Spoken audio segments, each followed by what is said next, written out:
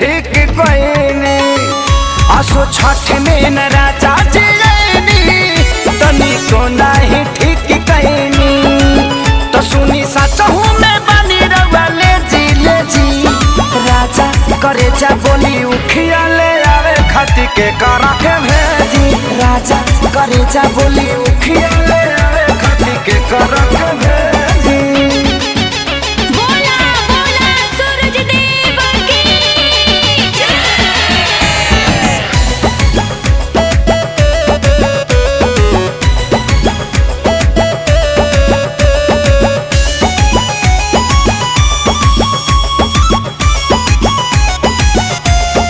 घरवा में बानिया माजी पुरनिया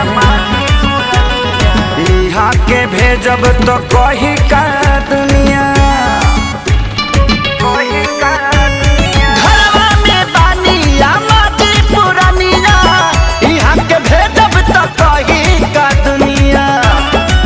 तरौरा पूजा में देखवनी न तेजी तेजी राजा करे जा बोली उखिया ली आवे खाती के करा के भेजी राजा करे जा बोली उखिया ले आवे खाती के करा के भेजी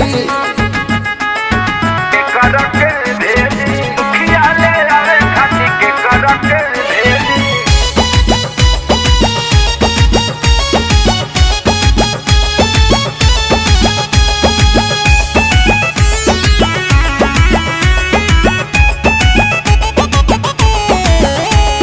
सैया खेसारी बड़ी बरता खीस यादव राज बाट रउले बीस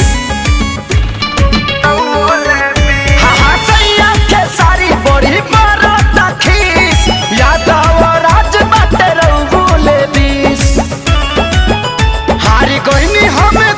के ओ जी ए जी राजा करे जा बोली उखिया ले आवे खाती के करा के भेजे राजा करे जा बोली उखिया ले आवे खाती के करा के भेजी।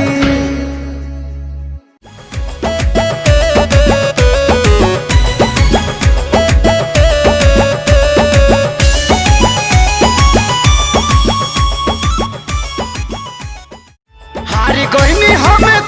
के ओ जी ए जी राजा करे जा बोली उखिया ले आवे खाती के करा के भेजे राजा करे जा बोली उखिया ले आवे खाती के करा के भेजे।